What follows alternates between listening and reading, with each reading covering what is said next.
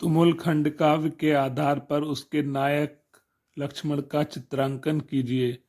श्री श्याम नारायण पांडे कृत तुमुल खंड काव्य के नायक लक्ष्मण और प्रतिनायक मेघनाथ हैं। लक्ष्मण में एक श्रेष्ठ नायक के अनेक गुण विद्यमान हैं। खंड काव्य का संपूर्ण कथानक उनके चारों ओर ही केंद्रित है। लक्ष्मण की चारित्रिक विशेषताओं का वर्णन इस प्रकार है। सौंदर्य के आगार। लक्ष्मण का व्यक्तित्व अत्यंत आकर्षक है। वे रघुकुल की शोभा बढ़ाने वाले तथा अपनी उपस्थिति से सर्वत्र छटा बिखेरने वाले मनोहर राजकुमार हैं। शैशव काल में वे ऐसे प्रतीत होते हैं मानो समुद्र मंथन से निकले एक रत्न।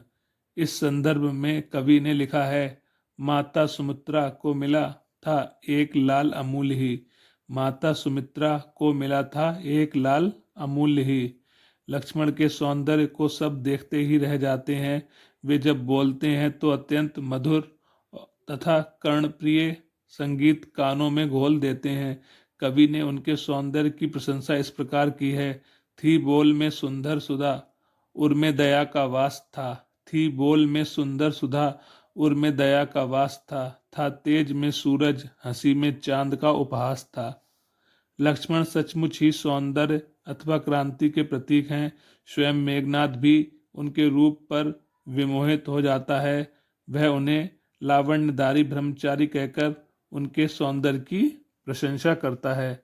शीलवान। लक्ष्मण का बाह्य शरीर जितना आकर्षक तथा सुंदर है, उतना ही उनका अंतःकरण सरल शुद्ध तथा कोमल है। लक्ष्मण में उदारता, कोमलता तथा स्वाभाविकता के गुण विद्यमान हैं। वे अपने भाई राम के प्रति अटूट श्रद्धा रखते हैं। राम की भी उन पर असीम कृपा रहती है। वे राम के भक्त, अनुचर एवं सखा हैं। उनके चरित्र में कृत्रिमता नहीं है। यदि उदारता का गुण उनमें है तो यह गुण उनकी प्रत्येक अवस्था में परिलक्षित होता है। मेघनाथ को युद्धस्थल में देखकर लक्ष्मण के हृदय में जो दया या कोमलता का भाव उत्पन्न हुआ, वह उनका जन्मजात गुण है।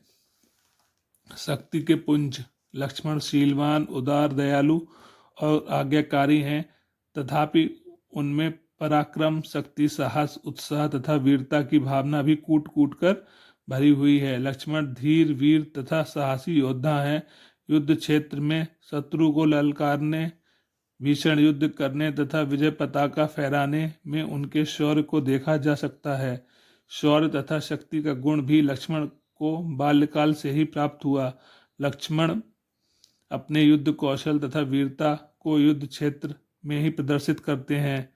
वे रणोन्मत्त होकर शत्रु को परास्त करने में ही अपना कर्तव्य मानते हैं। कवि ने लिखा भी है, सौमित्र को घनानंद का रव अल्प भी ना सहा गया। सौमित्र को घनानाद का रव अल्प भी ना सहा गया।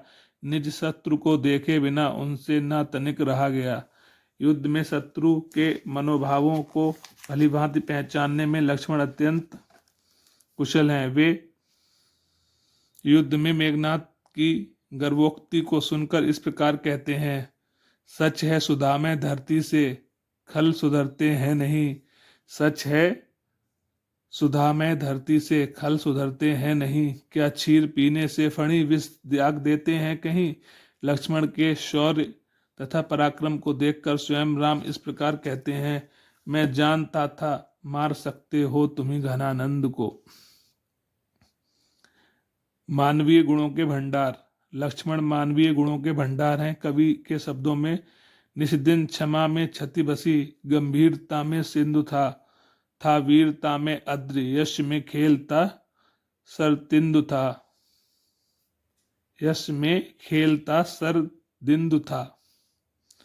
वस्तुतः लक्ष्मण अनेक गुणों से विषुभूत हैं। नायक होने के लिए आवश्यक सभी गुण उनमें पूर्णतया विद्यमान हैं।